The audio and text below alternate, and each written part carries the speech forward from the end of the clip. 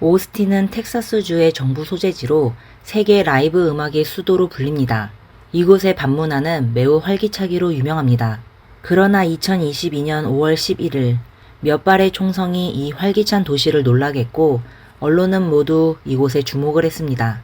단지 친구 집에서 하룻밤을 보내려고 했던 안나 모리스 윌슨이 왜 붉은 피 속에 쓰러져 있었을까요? 안녕하세요. 미스터리 수사국에 오신 것을 환영합니다. 지금부터 사랑과 증오가 얽힌 이 이야기에 함께 빠져들어 보겠습니다. 2022년 5월 11일 수요일이었습니다. 프로 사이클리스트인 모리아는 다가오는 경기에 참가하기 위해 오스틴에 왔습니다. 이날 오후 5시 30분경 그녀는 역시 프로 사이클리스트 친구 콜리 스트링랜드와 수영을 하기로 약속했습니다. 운동을 마친 후 두 사람은 함께 식사를 했습니다. 식사 중에 콜린의 여자친구인 케이틀린 암스트롱이 여러 번 전화를 걸었지만 콜린은 전화를 받지 않았습니다. 식사 후 콜린은 자신의 오토바이를 타고 모리아를 그녀가 임시로 머무는 친구의 집으로 데려다 주었습니다. 오토바이가 메이플 애비뉴에 멈춘 후 모리아는 차에서 내려 두 사람은 그곳에서 헤어졌습니다. 당시 모리아의 친구는 집에 없었기에 그녀는 전자잠금장치에 일회용 비밀번호를 입력하여 집에 들어갔습니다. 그녀가 비밀번호를 입력할 때 친구의 휴대폰에는 알림 문자 메시지가 도착했는데 당시 시간은 저녁 8시 36분이었습니다. 모리아를 내려준 후 콜린은 여자친구 케이틀린에게 문자 메시지를 보낸 뒤 오토바이를 타고 집으로 향했습니다. 모리아가 무사히 집에 들어간 후에도 외식 중이던 그녀의 친구는 서둘러 집으로 돌아가지 않았습니다. 거의 밤 10시가 되어 그녀는 자신의 집으로 돌아왔습니다. 그러나 문을 열고 들어갔을 때 그녀는 친구의 따뜻한 인사소리를 듣지 못했고 집안은 이상하게 조용했습니다. 친구는 불길한 예감을 느끼고 모리아의 흔적을 찾기 시작했고 욕실 문을 열었을 때 그녀는 눈앞의 끔찍한 광경에 비명을 질렀습니다. 모리아는 바닥에 누워 있었고 머리와 몸통에서는 멈추지 않는 붉은 피가 흘러나오고 있었습니다. 타일 바닥에는 큰 흔적이 남아 있었는데 그뿐만 아니라 욕실 벽에도 많은 피가 튀긴 흔적이 있었습니다. 모리아의 가슴은 아무런 움직임이 없었고 친구의 부름에도 아무런 반응을 보이지 않았습니다. 친구는 놀라서 경찰에 신고했고 전화교환원의 안내에 따라 심폐소생술을 시도했습니다. 그러나 안타깝게도 응급구조대가 최대한 빠르게 현장에 도착했지만 모리아는 이미 숨을 거두었습니다. 그녀는 머리에 2번 총을 맞았고 복부는 1번 총에 맞았습니다. 욕실에서 발견된 총격잔에는 그녀가 이러한 이유로 사망했음을 증명했습니다. 처음에는 경찰이 모리아의 친구를 조사했지만 그녀의 혐의는 곧 풀렸습니다. 부검 보고서에 따르면 모리아는 먼저 머리에 2번 총을 맞았고 쓰러진 후 복부에 1번 더 총을 맞았습니다. 세 번째 총격은 그녀의 몸을 관통하여 바닥의 콘크리트에 깊은 자국을 남겼습니다. 현장에는 어떠한 재산도 도난당하지 않았습니다. 따라서 경찰은 모리아를 공격한 사람이 처음부터 그녀를 살려둘 의도가 없었다고 확신했습니다. 모리아는 외지인이었고 오스틴에서 아는 사람이 많지 않았습니다. 그래서 경찰은 곧 그녀와 함께 식사했던 콜린과 그의 여자친구 케이틀린을 찾았습니다. 그 후 경찰은 이 사건의 가장 중요한 단서를 발견했는데 그것은 바로 거짓말로 가득 찬 삼각관계였습니다. 사람의 관계를 더 알아보기 전에 모리아의 짧지만 화려한 인생을 되돌아보겠습니다. 1986년 5월 18일 모리아는 뉴햄프셔에서 태어났으며 그녀의 가정은 매우 부유했습니다. 나중에 가족은 아름다운 풍경이 있는 버몬트로 이사하여 그곳에 정착했습니다. 모리아의 아버지 에릭은 스키 코치였으며 1977년에 국가 스키팀에 합류한 적이 있었습니다. 어머니 카렌은 자전거 코치로 그들이 버몬트로 이사온 이유는 근처에 좋은 스키 장소인 버크 마운틴이 있었기 때문입니다.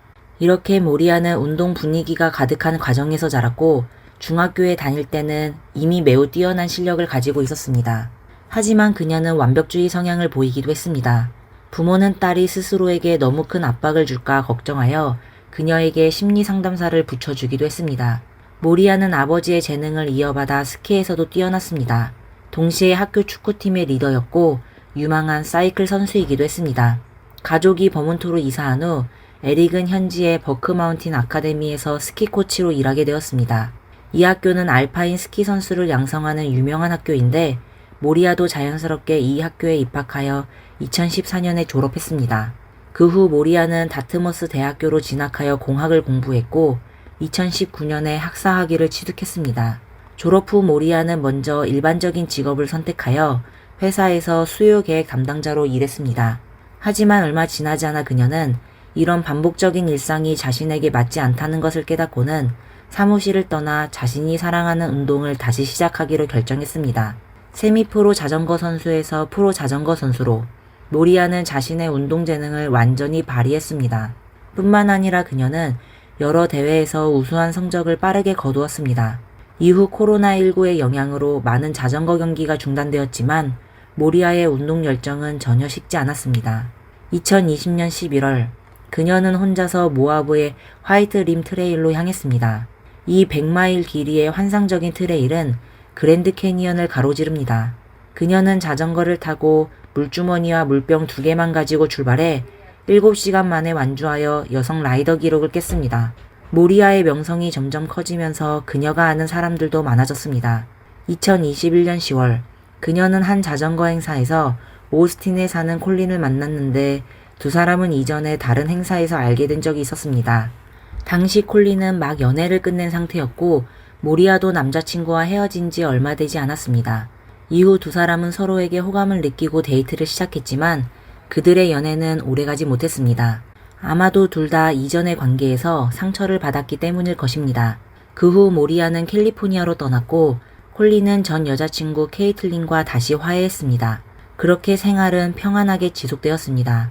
헤어진 후에도 모리아와 콜린은 친밀한 관계를 유지했는데 평소 그들은 문자 메시지를 주고받았고 경기장에서 만나기도 했습니다. 이 삼각관계를 설명하기 전에 여러분은 모리아가 이미 세상을 떠났다는 점을 기억해 주시길 바랍니다. 따라서 이 영상에서 대부분의 이야기는 콜린이 기자와 경찰에게 한 말입니다. 그의 말이 얼마나 신뢰할 수 있는지는 여러분 스스로 판단해야 합니다. 케이틀린의 직업은 요가 강사이자 부동산 중개인으로 자전거 커뮤니티와는 관련이 없었습니다. 처음에 케이틀린은 모리아와 콜린이 한때 사귀었던 사실을 알지 못했고 두 사람이 그냥 평범한 이성 친구라고만 알고 있었습니다. 하지만 그녀는 두 사람의 친밀함을 이해할 수 없었고 종종 질투심에 화를 냈었습니다. 케이틀린은 콜린의 휴대폰을 빼앗아 모리아가 보낸 문자를 삭제하고 그녀의 전화번호를 차단하기도 했습니다. 콜린의 대응 방식도 현명하지 못했는데 그는 모리아와의 연락을 유지하기 위해 몰래 모리아에게 가명을 지어주었습니다. 2022년 1월 모리아와 콜린은 아칸소에서 열리는 자전거 행사에 초대되었습니다. 콜린의 여자친구인 케이틀린도 함께 갔고 이로 인해 케이틀린은 모리아를 만나게 되었습니다. 이때 모리아는 자신이 이미 이 커플 사이의 갈등 원인이 되었다는 사실을 알지 못했기에 세 사람 사이의 감도는 이상한 분위기에 대해 매우 이상하게 느꼈습니다. 비록 세 사람은 직접적으로 충돌하진 않았지만 모리아는 이후 콜린에게 매우 의미심장한 문자를 보냈습니다. 그 문자에는 이렇게 쓰여 있었습니다. 이번 주말은 나를 매우 불편하게 만들었어. 도대체 무슨 일인지 알고 싶어. 만약 네가 나와 그냥 친구로 지내고 싶다면 그렇게 보이기도 하니깐 그거 문제는 없어. 하지만 난 여전히 너와 진지하게 대화하고 싶어. 솔직히 말해서 내 마음이 혼란스러워서 이 상황을 어떻게 이해해야 할지 잘 모르겠어. 많은 사람들이 보기에 이 몇 마디는 콜린이 언론 앞에서 모리아와 단순한 친구 사이라고 말한 것이 거짓말임을 증명합니다. 그는 모리아와 어느 정도 애매한 관계를 유지하면서 동시에 케이틀린과도 교제하고 있었을 가능성이 큽니다. 따라서 그는 케이틀린을 질투심 많은 여성으로 몰아가며 자신의 책임을 회피하려 했습니다. 이 혼란스러운 관계는 케이틀린이 남자친구가 실제로 모리아와 데이트를 했다는 사실을 우연히 발견하면서 절정에 달했습니다. 케이틀린의 한 친구는 그녀가 화가 나서 온몸을 떨며 모리아를 죽여버리겠다고 말하는 것을 목격했습니다. 물론 그 친구는 그녀가 화가 나서 하는 험한 말일 뿐이라고 생각했습니다. 케이틀린의 마음속에서 그녀와 남자친구 사이에 생긴 모든 갈등의 원인은 분명해졌습니다. 남자친구와 모리아의 관계가 무엇이든 간에 콜린의 숨김은 명백히 문제였습니다. 그리고 모리아는 그녀의 판단으로 남자친구의 연인으로 낙인 찍혔습니다. 그러나 평소에 남자친구에게 화를 자주 내던 케이틀린은 이번에는 두 사람의 관계를 알고도 숨기기로 결정했습니다. 이후 몇 달 동안 케이틀린은 침묵을 유지하며 자신의 방식으로 이 문제를 소화하려 했습니다. 그러나 2022년 5월 10일 모리아가 다시 오스틴에 오자 케이틀린의 억눌린 감정은 더 이상 통제할 수 없게 되었습니다. 콜린은 자신이 모든 것을 잘 숨기고 있다고 생각했고 케이틀린 몰래 모리아를 불러내어 함께 수영하고 저녁을 먹었습니다. 여기까지 이야기하면 왜 콜린이 여자친구의 전화를 계속 받지 않았는지 이해할 수 있을 것입니다. 뿐만 아니라 그는 모리아를 집에 데려다 준 후 죄책감을 느끼며 케이틀린에게 문자를 보냈습니다. 헤이, 너 밖에 나갔니? 나는 방금 북쪽으로 가서 앨리슨 아들네 집에 꽃을 전해주고 왔어. 그러다가 휴대폰 배터리가 나갔어. 너 뭔가 먹으러 갈래? 안 그러면 집으로 돌아갈게. 콜린은 이동한 케이틀린이 스트라바라는 앱을 이용하여 그의 움직임을 관찰하고 심지어 차를 타고 몰래 따라왔다는 것을 알지 못했습니다. 이 앱은 야외활동 애호가와 자전거 선수들 사이에서 매우 인기가 있습니다. 그들은 주로 이 앱을 사용하여 자신의 훈련 계획과 외출 경로를 기록합니다. 또한 이 앱은 다른 온라인 친구들의 위치도 확인할 수 있었습니다. 이 앱을 이용해 케이틀린은 남자친구의 거짓말을 쉽게 간파하고 그가 실제로 있었던 장소, 즉 모리아가 임시로 머물고 있는 집 근처로 추적했습니다. 이후 일어난 일은 여러분이 이미 짐작할 수 있을 것입니다. 경찰은 이웃의 감시 카메라에서 한 영상을 발견했습니다. 5월 11일 저녁 8시 37분, 모리아가 집에 도착한 지 얼마 되지 않아 한 대의 검은색 지프 그랜드 체로키가 옆길을 지나 모리아의 집 앞에 멈춰섰습니다. 이 차의 몇 가지 특징이 케이틀린의 차와 일치했는데 차 뒤에 자전거랙, 지붕의 루프랙, 그리고 차창등이 그랬습니다. 경찰은 수색 영장을 발부한 후 거의 동일한 차량을 발견했을 뿐만 아니라 집에서 범행 도구로 추정되는 물건도 발견했습니다. 범행 현장에 남겨진 총격 잔해와 이 도구가 사용된 흔적이 기본적으로 일치했습니다. 흥미로운 점은 이 도구를 케이틀린이 직접 구매한 것이 아니라 콜린이 그녀에게 선물한 것이었습니다. 이후 이 도구는 두 사람의 집에 계속 보관되어 있었습니다. 케이틀린은 사용법을 배우기 위해 동생과 함께 사격장에도 갔었습니다. 경찰은 이러한 증거를 바탕으로 케이틀린을 공식적으로 신문하기로 결정했습니다. 그러나 케이틀린이 경계심을 갖지 않도록 경찰은 모리아 사건을 직접 언급하지 않고 그녀의 과거 범죄 기록을 이용해 불러냈습니다. 알고 보니 케이틀린은 한 진료소에서 $600, 약 83만 원 상당의 미용 주사를 맞았습니다. 그러나 결제할 때 신용카드를 차에 두고 왔다고 말하며 결제를 피했습니다. 경찰은 이 범죄를 이용해 체포영장을 신청했고 쉽게 그녀를 경찰서로 소환할 수 있었습니다. 처음에 케이틀린은 매우 여유로웠습니다. 그러나 경찰이 그녀의 지난 24시간 동안의 행적과 모리아 사건과의 관계성을 물었을 때 그녀의 신체 언어가 뚜렷하게 변했습니다. 그녀의 표정은 즉시 굳어졌고 말도 거의 하지 않았으며 혼란스럽고 경계하는 모습으로 앉아 있었습니다. 케이틀린은 자신의 행적을 설명하려고 시도했지만 경찰이 보여준 감시카메라 영상 앞에서 그 거짓말은 바로 드러났습니다. 경찰의 증거 앞에서 케이틀린은 합리적인 설명을 할 수 없다는 것을 인정했습니다. 동시에 그녀는 두 손을 가슴 앞에 교차하고 시선을 피했습니다. 이는 경찰이 자신들이 올바른 용의자를 찾았다는 확신을 더욱 굳히게 만들었습니다. 경찰이 세 사람의 감정 관계를 의도적으로 반복해서 언급하자 케이틀린의 공격성은 점점 강해졌고 결국 그녀는 떠나겠다고 했습니다. 여기까지 이야기를 들은 여러분은 의문을 가질 수 있습니다. 케이틀린이 아직 계획적인 상해죄로 기소될 수 없다 하더라도 이전에 무전취식 체포 영장만으로도 그녀를 경찰서에 계속 머물게 할 수 있었을 텐데 왜 쉽게 놓아주었을까요? 사실 이것은 사건 중 경찰이 저지른 실수 때문입니다. 체포 영장을 신청할 때 경찰의 실수로 영장에 기재된 생년월일이 경찰 데이터베이스에 있는 생년월일과 일치하지 않았습니다. 이것은 케이틀린이 합리적인 이유로 안전하게 경찰서를 떠날 수 있게 해주었습니다. 이후 경찰은 즉시 새로운 체포영장을 신청했으며 이번에는 계획적인 상해 혐의로 기소했습니다. 5월 17일 새로운 체포영장이 순조롭게 발부되었습니다.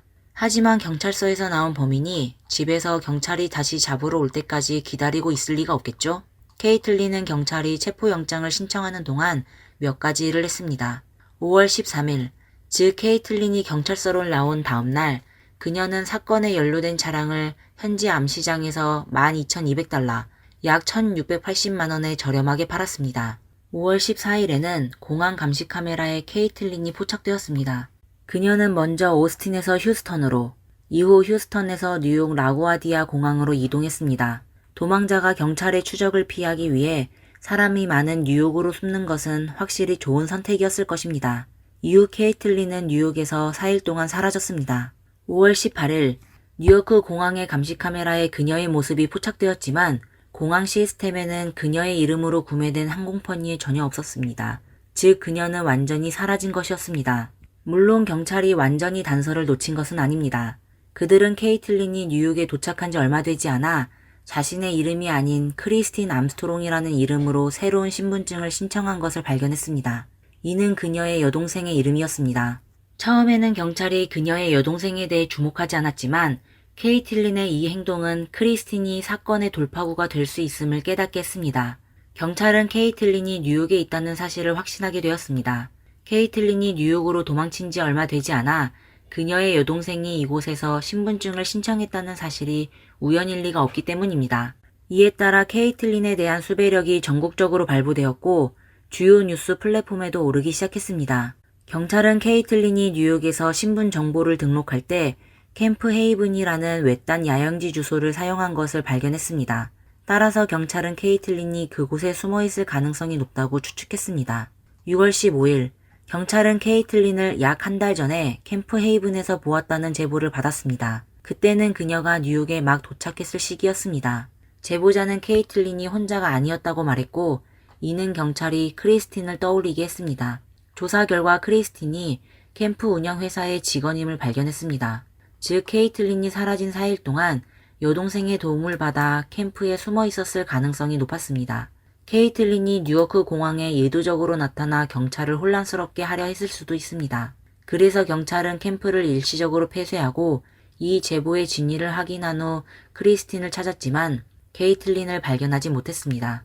2022년 6월 29일 케이틀린이 도망친 지 43일이 지난 시점에 코스타리카 현지 경찰의 협조로 미국 경찰은 산타 테레사의 한 호스텔에서 케이틀린을 찾았습니다. 당시 케이틀린은 가명 아리를 사용하여 요가 강사로 일자리를 구하려 하고 있었습니다. 그녀는 심지어 성형수술을 받고 새 삶을 시작하려 했습니다. 금발을 짙은 색으로 염색하고 코성형을 하여 이전과 매우 다른 모습이었습니다. 처음에 코스타리카 경찰은 이 호스텔의 시설과 위생 상태를 점검하려고 방문했었는데 경찰은 케이틀린을 보자마자 여권을 확인하겠다고 요구했습니다. 케이틀린은 여권을 다른 호텔에 두고 왔다고 거짓말하며 넘어가려 했습니다. 그녀는 경찰에게 가짜 이름을 말했지만 경찰은 곧 그 이름으로 입국 기록이 없다는 것을 발견했고 더 많은 질문을 던졌습니다. 결국 케이틀린은 포기하고 본명을 말했고 곧 체포되었습니다. 경찰은 케이틀린의 집에서 그녀가 출국할 때 사용한 여권을 발견했습니다. 이 여권은 그녀의 것이 아니었으며 이것이 뉴요크 공항에 그녀의 코스타리카행 항공 기록이 없는 이유를 설명해 줍니다. 경찰은 이 여권의 주인이 누구인지 공개하지 않았지만 여권 주인과 케이틀린이 매우 가까운 관계임을 밝혔습니다. 이 사람이 누구일 가능성이 높은지는 여러분이 추측해 보시길 바랍니다. 그 외에도 경찰은 케이틀린이 성형수술을 받은 영수증을 발견했으며 비용은 6,300달러, 약 870만 원에 달했습니다. 케이틀린은 도피 중 거의 주변 사람들과 소통하지 않았다고 전해집니다.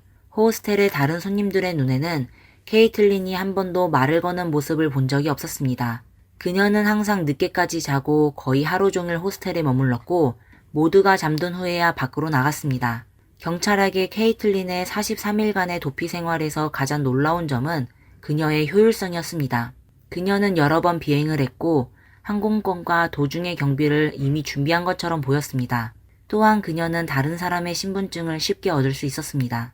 만약 아무도 그녀를 돕지 않았고 신분증을 그녀가 즉흥적으로 훔친 것이라면 그 또한 현실성이 없어 보입니다. 결국 케이틀린이 모든 것을 미리 계획했다면 왜 사건 후에 급하게 자신의 차를 팔았을까요? 또한 왜 공항의 감시 카메라 위치를 미리 파악하지 않아서 카메라에 그대로 찍혔을까요? 이는 그녀가 이미 누군가를 해칠 계획을 가지고는 있었지만 이후의 도피 계획은 제대로 고려하지 않았다는 것을 시사합니다. 그녀는 주변 사람들의 도움으로 성공적으로 도망칠 수 있었습니다. 그녀를 도운 사람이 누구인지 관련 자료가 없지만 그녀의 여동생 크리스틴일 가능성도 배제할 수는 없습니다. 케이틀린이 송환된 후 1급 계획적 상해 혐의에 직면했을 때 그녀는 무죄를 주장했습니다. 그녀의 보석금은 350만 달러, 약 48억 원으로 책정되었습니다. 그녀의 아버지 마이크는 언론의 주목을 받으며 카메라 앞에 서서 딸이 무죄라고 주장했습니다. 우리는 너를 사랑해, 케이티. 우리는 함께 이 일을 해결할 거야. 나는 그녀를 이해하고 그녀가 어떻게 생각하는지 알고 무엇을 믿고 있는지 알고 있습니다. 나는 그녀가 그런 일을 저지를 리 없다는 것을 알고 있습니다. 라고 말했습니다. 2022년 10월에 열린 청문회에서 케이틀린은 자신이 무죄라고 거듭 강조했습니다. 그녀는 재판을 열어 배심원단과 직접 대면하기를 강하게 희망했습니다. 그러나 그녀의 변호사는 이렇게 말했습니다. 케이틀린의 확고한 태도와 달리 검찰은 이 사건을 재판에 붙이기를 꺼리고 있습니다. 그들이 가지고 있는 증거가 충분하지 않기 때문입니다. 이전에 케이틀린의 집에서 발견된 총기 도구는 분명 가장 중요한 증거였습니다. 하지만 이 도구에 대한 검사 결과는 그것이 범행 도구임을 완전히 입증할 수 없습니다. 또한 변호사는 경찰의 비전문적인 행동을 비난했습니다. 모리아의 전 남자친구가 범인일 가능성에 대한 심층 조사를 하지 않은 점도 포함됩니다. 변호사는 모리아가 살해된 그날 밤 케이틀린과 콜린의 집이 침입을 당해 파손되었지만 경찰은 이 사건을 조사하지 않았다고 주장했습니다. 그의 관점에서 케이틀린은 경찰의 증거에 의해 법정에 선 것이 아니라 경찰과 언론이 여론을 이용해 그녀를 모함했다고 말했습니다. 케이틀린의 변호인 측이 계속해서 여러 가지 신청을 제기한 탓에 원래의 재판 날짜가 여러 번 연기되었습니다. 재판은 최소 2번 연기된 후 2023년 10월 30일로 결정되었습니다. 2023년 11월 16일 2주간의 재판 끝에 배심원단은 케이틀린이 1급 상해죄에 해당한다고 판단했습니다. 다음날 그녀는 90년형을 선고받았습니다. 모리아를 기리기 위해 윌슨 가족은 모리아 윌슨 재단을 설립하여 건강한 생활과 지역사회 건설을 촉진하고 있습니다. 버몬트주 북부에 있는 킹덤 트레일즈는 윌슨 가족에게 매우 신성한 곳으로 그곳에 모리아를 기리기 위해 모리아의 오름이라는 이름의 산책로가 만들어졌습니다. 이상으로 이번 사건의 모든 내용을 마치겠습니다. 이 사건에 대해 여러분은 어떤 생각을 가지고 계신가요? 댓글란에 여러분의 의견을 남겨주세요. 지금까지 미스터리 수사국이었습니다. 다음 영상에서 또 뵙겠습니다. 감사합니다.